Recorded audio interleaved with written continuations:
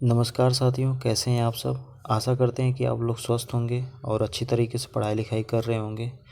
तो आज साथियों हम लोग जानेंगे अध्याय 4 के बारे में, ठीक है, जो कि क्लास 6 साइंस सब्जेक्ट से लिया गया है। दोस्तों हम लोग एनसीईआरटी पैटर्न पर आधारित बुक को पढ़ा रहे हैं इस टाइम। देखिए दोस्तों, इसकी पहली हेडिंग है हमारे चारों ओर की वस्तुएं। देखिए, हम जानेंगे कि हमारे चारों ओर की जो वस्तुएं हैं वह किस प्रकार से होती हैं।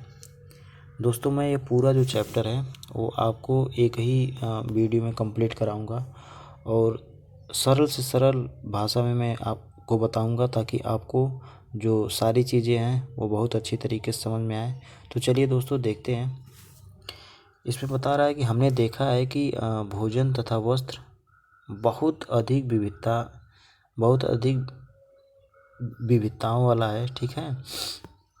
भोजन भी मतलब विभिन्न प्रकार से अलग अलग स्टेटों में अलग अलग प्रकार से भोजन मिलते हैं और कपड़े भी अलग अलग स्टेटों में अलग अलग राज्यों में, एक तरीके से मानिए तो अलग अलग देशों में भी अलग अलग प्रकार के वस्त्र पहने जाते हैं।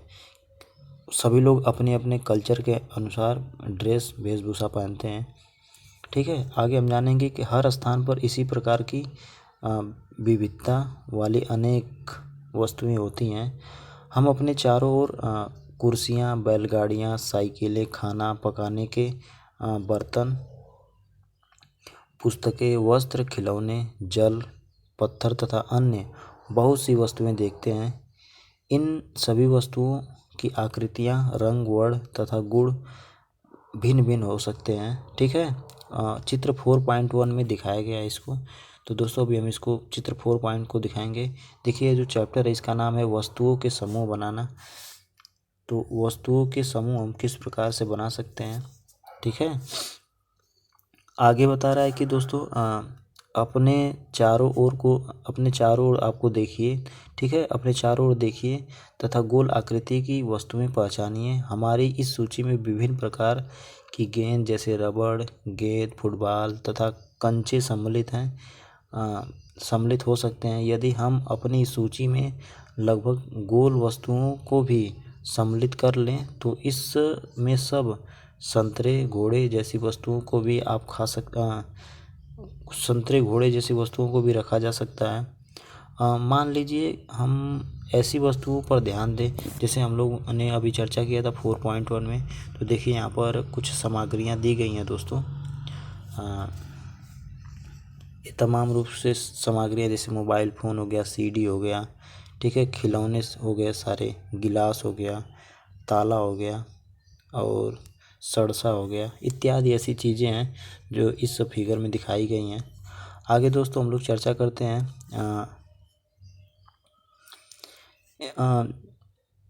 तब हम इस सूची में उन सभी साधु वस्तुओं को सम्मिलित कर सकते हैं जिन्हें हमने अध्याय 1 की सारणियों में 1.1, 1.2, 1.3 में सूचीबद्ध किया था। देखिए दोस्तों हम लोगों ने पहले अध्याय में जो चैप्टर पढ़ा है, अगर वो वाला चैप्टर आप लोगों ने नहीं पढ़ा है तो वो वाली पहले वीडियो देख लेना, ठीक है। उसके बाद ये आपको और अच्छी तरीके से समझ में आएगा। ऐसा नहीं कि अगर वो नहीं देखेंगे तो ये नहीं समझ में आएगा, ये भी समझ में आएगा, लेकिन जैसे होता है ना थोड़ा सा अधूरा नॉलेज हो जाएगा, ठीक। यह भी हो सकता है कि जिन गोल वस्तुओं की सूची हमने बनाई है उनमें से कुछ वस्तुओं इस समूह में सम्मिलित होते हैं। उनमें से देखिए दोस्तों कुछ वस्तुओं के जो समूह हैं इसमें सम्मिलित किए गए हैं। मान लीजिए हम प्लास्टिक की बनी वस्तुओं का एक समूह बनाना चाहते हैं। जैसे हम लोग मान लेते हैं कि हम लोग को प्लास्टिक की बनी वस्तुओं का एक समूह बनाना है। जैसे उसमें आप लोग बाल्टियाँ ले सकते हैं, लंच बॉक्स ले सकते हैं, खिलौने ले सकते हैं, जल पात्र ले सकते हैं, पाइप ले सकते हैं, नालियाँ ले सकते हैं। इस प्रकार की बहुत सी वस्तुओं को हम इस समूह में स्थान मिल सकता है, ठीक है। हम बहुत सी वस्तुओं को इस प्रकार से रख सकते हैं दोस्तों प्लास्टिक की, और उसका समूह बना सकते हैं।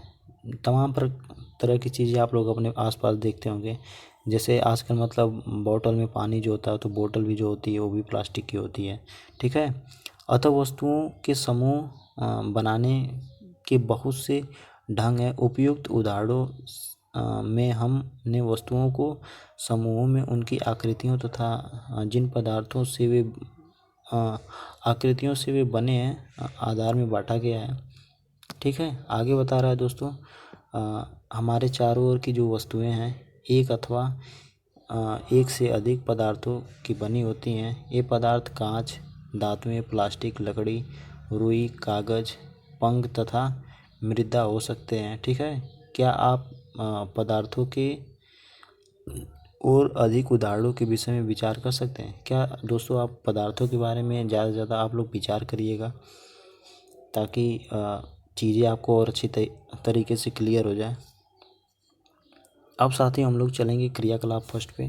देखिए इस क्रियाकलाप में क्या बताया गया है। जितने क्रियाकलाप हो सकते हैं आप लोग पढ़िए, इससे आपका जो नॉलेज है और इम्प्रूवमेंट होगा और ग्रोथ होगा।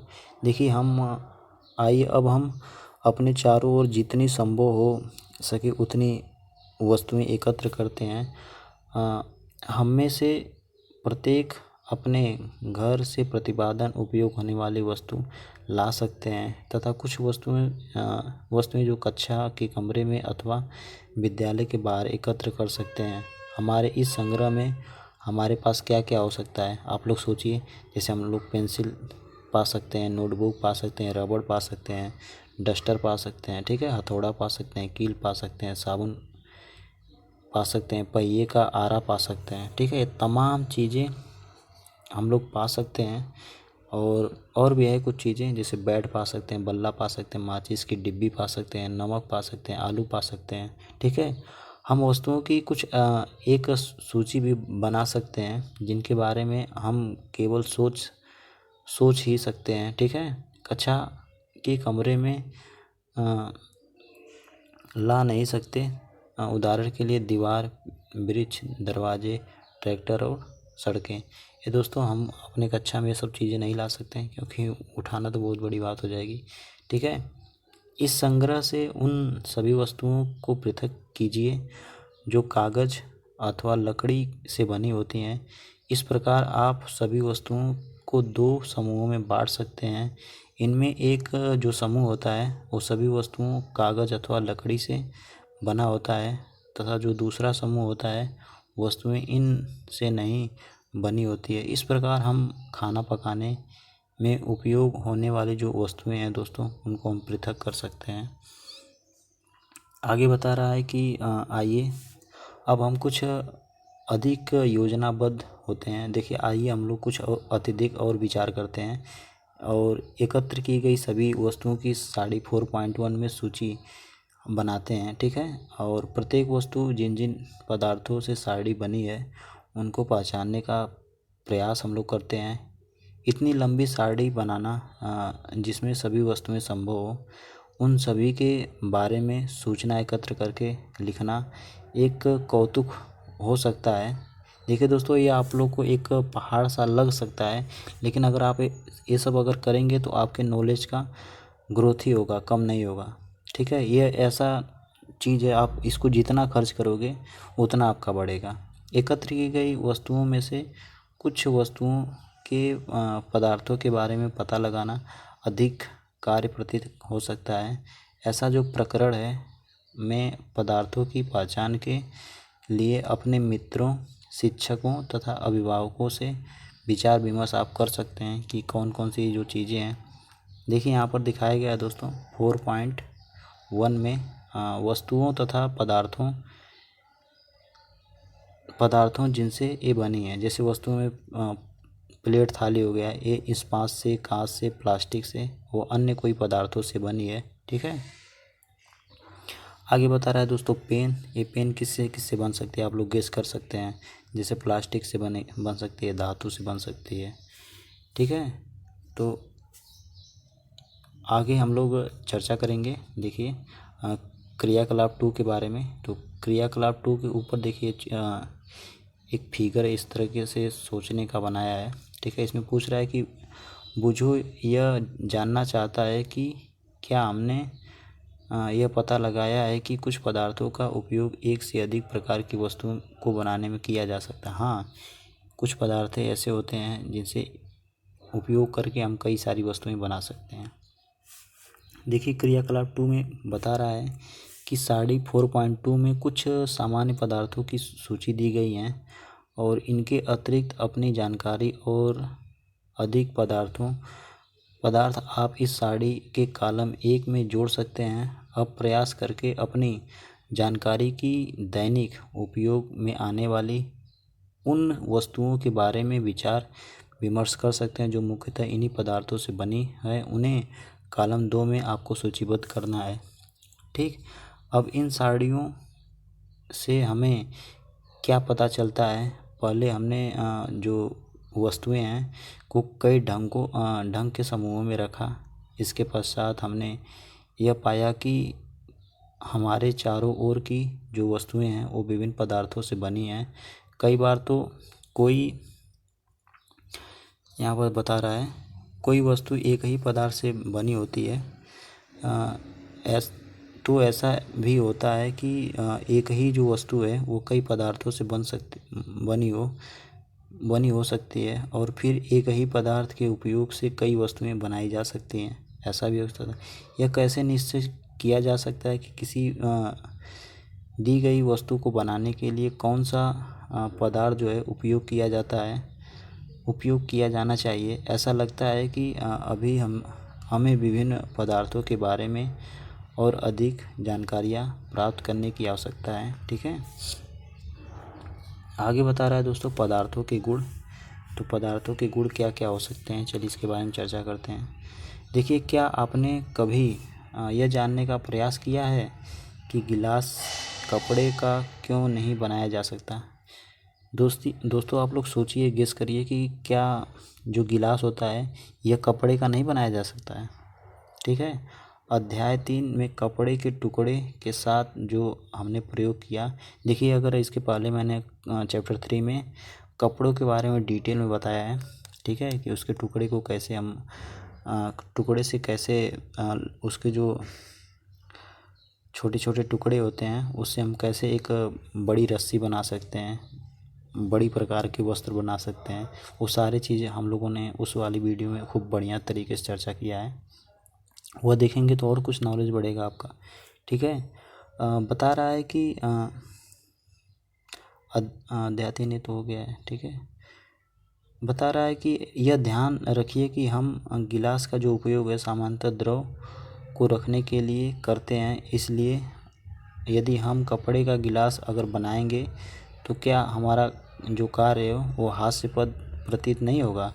अगर दोस्तों हमको पानी रखना है गिलास में और हम कपड़े का गिलास बनाएंगे तो आपको जाहिर सी बात है वो जो उसका पानी है सब नीचे चला जाएगा। ठीक है, रिस जाएगा। ठीक है, गिलास बनाने के लिए हमें कांच, प्लास्टिक, धातु अथवा कोई ऐसे पदार्थ चाहिए जो कि जल को रोक सकता है और इस प्रकार खाना पकाने वाले पात्र बनाने के लिए कागज़ का भी उपयोग करना भी कोई बुद्धिमानी का कार्य माना जा सकता है।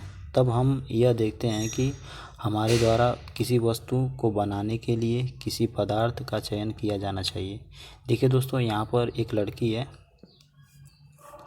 एक कपड़े का गिलास बनाकर इसमें देखिए पानी डाल रही है। ठीक है, कपड़े के गिलास का उपयोग करते हुए एक लड़की, इसको ये नहीं पता है कि पानी छलक छलक कर गिर जाएगा। ठीक है, लेकिन जितना आप प्रयोग करेंगे उतना आपके लिए बहुत ही फ़ायदेमंद होगा। ठीक है, उस पदार्थ के गुणों का उपयोग की जाने वाली वस्तु के प्रयोजन पर निर्भर करता है। अतः पदार्थों के वह सब गुण क्या होते हैं जो उसके उपयोग के लिए महत्वपूर्ण हो सकते हैं। नीचे कुछ गुण की विवेचना की गई है। जैसे यहाँ पर दिखावट नाम से एक हेडिंग है, इसके बारे में चलिए जानते हैं क्या दिखा रहा है। देखिए, पदार्थ जो होते हैं प्रायः एक दूसरे से भिन्न दिखाई देते हैं। इनकी लोहे से बिल्कुल भिन्न जो लोहे से होती है बिल्कुल भिन्न दिखाई देती है। लोहा, तांबा अथवा एल्युमिनियम से भिन्न दिखाई पड़ता है, परंतु फिर भी जो लोहे होते हैं, तांबे तथा एल्युमिनियम में कुछ समानताएं हो सकती हैं जो लकड़ी में नहीं पाई जाती है। देखिए दोस्तों, जो लोहा, तांबा ऐसे हो सकते हैं, इनमें ऐसी कुछ समानताएं हो सकती हैं जो लकड़ी से एकदम बिल्कुल भिन्न हो सकती है। अगला क्रियाकलाप आपको बताया गया है, क्रियाकलाप थर्ड। इसमें चर्चा की गई विभिन्न पदार्थों, गत्तों, लकड़ी, तांबे का जो तार होता है, एल्युमिनियम की शीट और चक्र के छोटे छोटे टुकड़े एकत्र करना है। और क्या आप इस कोई चमकीली दिखाई क्या इसमें से कोई भी चमकीली पड़ती है? चमकीले पदार्थों में से एक समूह को आपको पृथक करना है। अब जैसे ही आपके शिक्षक प्रत्येक पदार्थ को दो भागों में काटें, ताजे पृष्ठों को ध्यान से आपको देखना है। और 4.3 में आपने क्या पाया? इन पर पदार्थों में से कुछ की जो ताजे कटे पृष्ठ चमकीले हैं, इन वस्तुओं की भी चमकीले पदार्थों के समूह में आपको सम्मिलित करना है। देखिए दोस्तों, अब बता रहा है कि क्या आपने अन्य पदार्थों को इसी प्रकार की कोई चमक अथवा धुत्ती देखते हैं? जैसे भी कोई संभव हो सके किसी भी ढंग से इन्हें काटिए। ऐसा आप कक्षा में जितने भी पदार्थों के साथ कर सकते हैं, आप करने का प्रयास कीजिए। देखिए दोस्तों, थोड़ा सा मैं दिखाना चाहता हूँ कि देखिए यहाँ पर धातु के टुकड़ों को उनकी धुत्ती देखने के लिए काटा जा रहा है। देखिए, जब आप काटेंगे तो यहाँ पर जिस प्रकार से दिखाया जा रहा है, ऐसे ऐसे आपको मतलब चमकीला चमकीला हल्का हल्का दिखाई देगा। तो आप इसको देखकर समझ सकते हैं कि यह धुत्ती किस तरीके का चमकीलापन इसके अंदर दिखाई देता है।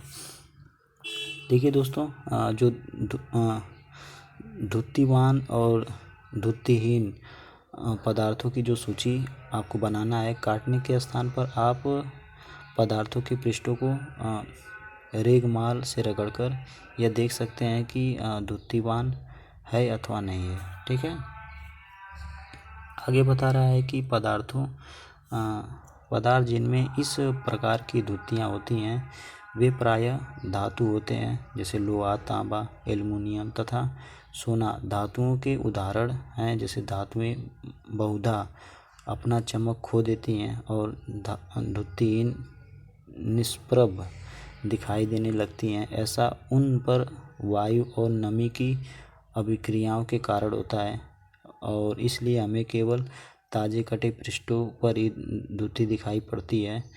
और जब आप किसी लोहार अथवा वर्कशॉप का भ्रमण अगर करेंगे तो धातु की जो छड़ों के ताजे कटे पृष्ठों को देखने का प्रयास करेंगे और यह देखेंगे कि इसमें धुत्ती है अथवा नहीं है। आप लोग मतलब अगर वर्कशॉप वगैरह में जाएंगे, जैसे जहाँ पर लोहार वार काम करते हैं, जैसे इसमें दोस्तों ये बताया, जैसे आप लोहा कोई मान लीजिए अगर आप उसको काटते हैं, ठीक है, तो जो लोहा ताज़ा ताज़ा कटा होता है, आप देखेंगे कि जो कटा वाला भाग है वहाँ पर चमकीला चमकीला, जैसे मान लीजिए मैं आपको फिगर बनाकर समझा रहा हूँ कुछ। ये देखिए, जैसे लोहा है आपका, ठीक है, ये लोहा है, इसको आप इस तरीके से बीच से काट देंगे तो कुछ ऐसा दिखाई देगा। ठीक है, ऐसा दिखाई देगा। ये जो कटा कटा वाला भाग है, यही भाग जो होता है अगर ताज़ा रहेगा तो चमकीला होगा। ठीक है, और अगर ताज़ा नहीं होगा, जैसे 2-4-10 महीने बाद अगर आप इसको देखेंगे तो ये जो चमक होती है इसकी ख़त्म हो जाती है। नमी, और यह किसके कारण होती है? नमी के कारण और जो वायु मौसम परिवर्तन के कारण इसमें जंग लग जाते हैं और इसकी जो चमक होती है ख़त्म हो जाती है। इसके थोड़ा सा बाद में अगर इसको दोबारा आप काटेंगे तो फिर मतलब वही ताज़े ताज़े चमकीले चमकीले वाले भाग दिखाई देंगे। समझिए आप। देखिए दोस्तों, आगे बता रहा है कि कठोरता हेडिंग है। ठीक है, तो कठोरता के बारे में चलिए जानते हैं क्या होती है कठोरता। देखिए, जब आप विभिन्न पदार्थों को अपने हाथों से दबाते हैं तो उनमें से कुछ को दबाना, संपीड़न करना कठिन होता है। जब भी कुछ अन्य आसानी से संपीड़न हो जाते हैं, जैसे धातु की एक चाबी लीजिए तथा इससे लकड़ी, एल्युमिनियम, पत्थर का टुकड़ा, काल, मोमबत्ती, चाक, अन्य कोई पदार्थों अथवा वस्तु के पृष्ठों को खरोचने का प्रयास कीजिए।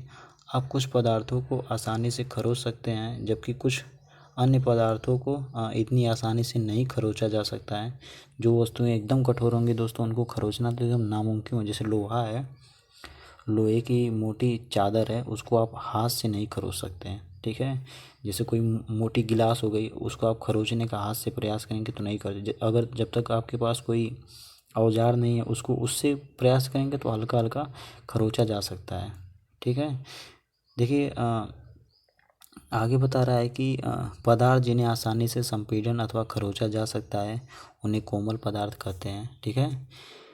ऐसे पदार्थ जिनको आसानी से संपीड़न अथवा खरोचा जा सकता है उन्हें हम कोमल पदार्थ कहते हैं, जबकि अन्य पदार्थ जिन्हें संपीड़न करना कठिन होता है यानी खरोचना कठिन होता है उन्हें कठोर पदार्थ कहते हैं। उदाहरण के लिए जब स्पेज क्या बता रहा है, स्पंज जो है वो कोमल होता है जबकि लकड़ी कठोर होती है। दिखावट में पदार्थों में विभिन्न गुण हो सकते हैं, जैसे धुती, कठोरता, रुक्ष, खुरदुरा अथवा चिकना होना। क्या आप अन्य गुणों के बारे में भी सोच सकते हैं जो कभी पदार्थ की दिखावट का वर्णन करें, ठीक है। आगे बता रहा है दोस्तों, अगला हम लोग चर्चा करेंगे क्रियाकलाप 4 के बारे में, ठीक है। इसके जो ऊपर हेडिंग है विलेय अथवा अविलेय। तो विलेय क्या होता है, अविलेय क्या होता है, चलिए इसके बारे में तो दोस्तों जानते हैं विलेय क्या होता है, ठीक है। विलेय और अविलेय क्या होता है, इसको हम क्रियाकलाप के माध्यम से समझते हैं। कुछ ठोस पदार्थ जैसे चीनी, नमक, चाक पाउडर, बालू, रेत तथा लकड़ी के बुरादे के नमूने एकत्र आपको करना है और कांच के 5 गिलास, ठीक है, लेना है। किसी गिलास के लगभग 2/3 भाग में जल आपको भरना है। पहले गिलास में कुछ मात्रा में चम्मच, ठीक है, कुछ मात्रा में चम्मच भरकर चीनी, दूसरे में नमक तथा इसी प्रकार शेष गिलास में अन्य पदार्थों को आपको मिलाना है। प्रत्येक गिलास की जो अंतर वस्तु होती है कुछ चम्मच से विलेड़ित करना है। धीरे धीरे आप जब हिलाएंगे, ठीक है, कुछ मिनट की प्रतीक्षा करने के बाद प्रतीक्षा आपको करना है और उसके बाद प्रेक्षण करना है और पता लगाना है कि जल में मिलाए गए पदार्थों का क्या होता है। चित्र 4.4 में अपने प्रक्षणों को साड़ी 4.3 में दर्शाए अनुसार नोट आपको करना है, ठीक है। यहाँ पर जब आप पानी में चीनी को मिलाते हैं तो वह लुप्त होता है कि नहीं लुप्त होता है, यह आपको इसमें देख कर बताना है, ठीक है। तो जाहिर सी बात, अगर पानी में आप चीनी मिलाएंगे तो चीनी घुल जाएगा उसमें, ठीक है। और उसको यहाँ पर आपको लिखना है।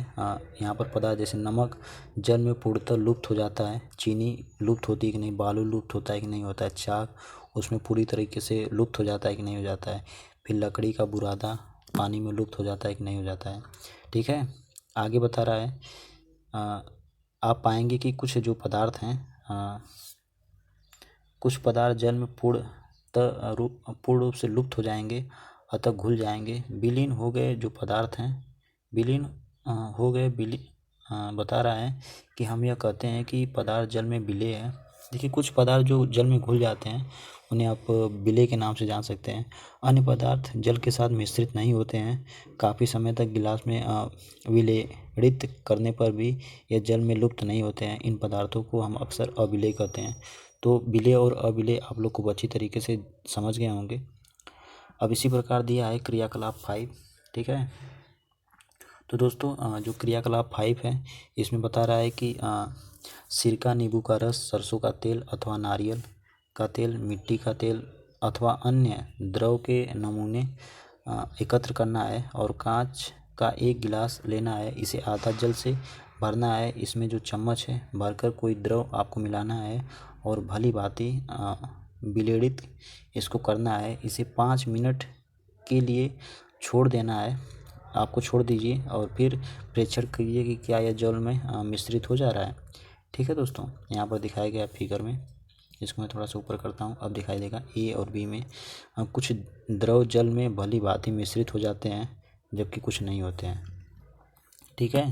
तो इस प्रकार से आप क्रियाकलाप 4 जितने सारी चीज़ें हैं इसको आप मिलाकर देखिएगा इसी प्रकार आपका अगला हेडिंग है, वस्तुएं जल में तैर अथवा डूब सकती हैं। ठीक है, इसके बारे में थोड़ा सा हम लोग चर्चा करते हैं, क्या इसमें बता रहा है। देखिए, क्रियाकलाप 4 करते समय आपने यह ध्यान दिया होगा कि जल में अबिले ठोस जो जल से पृथक हो जाते हैं। क्रियाकलाप 5 में भी आपने कुछ द्रवों के साथ ऐसा ही देखा होगा। इनमें से जो कुछ पदार्थ हैं जो जल में मिश्रित नहीं हो पाते हैं, जल के पृष्ठ पर आकार में तैरने लगते हैं। ठीक है, और अन्य डूबकर गिलास की तली में पहुंच जाते हैं। देखिए यहाँ पर फिगर दिखाया गया है दोस्तों, जल में डूबती तथा तैरती कुछ वस्तुएं। इसको मैं थोड़ा सा और नीचे करूँगा ताकि आप लोग सही देख लें। अब दिखाई दे रहा है, ये देखिए जैसे चाबी है, इसी में अंदर चल गया, सिक्का भी चला गया। कुछ वस्तुएं जो हैं देखिए ऊपर तैर रही हैं। ठीक है, जैसे आप टमाटर डालेंगे तो ऊपर तैरेगा। ठीक है, तो आपको यह खूब अच्छी तरीके से समझ में आया होगा। अब अगला हेडिंग आपका है पारदर्शिता। क्या होती है पारदर्शिता, चलिए जानते हैं। देखिए दोस्तों, आपने लुका छुपी का खेल तो देखा ही होगा। उस स्थानों के बारे में विचार करिए जहां आप रहे होंगे। ठीक है, या खेलते होंगे, ताकि आप दूसरों को दिखाई न दें। ठीक है, आपने इन स्थानों को क्यों चुना? क्या आपने कभी शीशे की खिड़की के पीछे छिपने का प्रयास किया है? स्पष्ट रूप से नहीं, क्योंकि ऐसा करने पर आपका मित्र जो है शीशे से देखकर आपका पता लगा लेगा और उन पदार्थों अथवा सामग्रियों जिनसे होकर वस्तुएं देखी जा सकती हैं और उन्हें पारदर्शिता कहते हैं। देखिए, पारदर्शिता किसे कहते हैं? ऐसी वस्तुएं या पदार्थ जिनके आर पार आप देख सकते हैं, उन्हें हम पारदर्शिता के नाम से जानते हैं। तो आशा करता हूँ दोस्तों पारदर्शिता आप लोग खूब बढ़िया समझ गए होंगे। आगे फिर बता रहा है, इसके विपरीत कुछ ऐसे पदार्थ होते हैं जिनसे होकर आप वस्तुओं को नहीं देख सकते हैं, उन्हें आप अपारदर्शी कह सकते हैं। आप यह नहीं बता सकते कि बंद लकड़ी के बक्से, गत्ते के डिब्बे अथवा धातु के पात्र के जो भीतर क्या रखा है। लकड़ी, पत्ता तथा धातुएं जो होती हैं अपारदर्शी पदार्थों के उदाहरण हैं। ठीक है, इसी में आपका क्रियाकलाप 6 दिया है। तो चलिए जानते हैं क्रियाकलाप 6 में क्या होता है। देखिए दोस्तों, कागज़ की एक शीट आपको लेनी है और इससे होकर किसी प्रदीप्त बल्ब को देखना है। इस संबंधित में आप प्रेक्षण नोट करना है और अब कागज़ की शीट के बीच में 2 से 3, ठीक है, क्या करना है, 2 से 3 बूंद खाने का तेल या मक्खन डालकर इसे आपको फैला देना है। कागज़ के उस भाग से जहाँ तेल फैला है, प्रदीप्त बल्ब को दोबारा देखने का आपको प्रयास करना है। अब आप क्या देखते हैं? क्या आप कुछ यह पाते हैं कि अब बल्ब हमें पहले की अपेक्षा और अधिक स्पष्ट दिखाई देता है? परंतु क्या आप इस चिकने कागज़ से होकर प्रत्येक वस्तु को पूर्णतः स्पष्ट रूप से देख लेते हैं? कदाचित नहीं। ठीक है, ऐसे पदार्थ जिनसे होकर जो वस्तुएं हैं, वस्तुओं को देख तो सकते हैं परंतु स्पष्ट रूप से नहीं देख सकते हैं, इन्हें पारभासी वस्तुएं कहते हैं।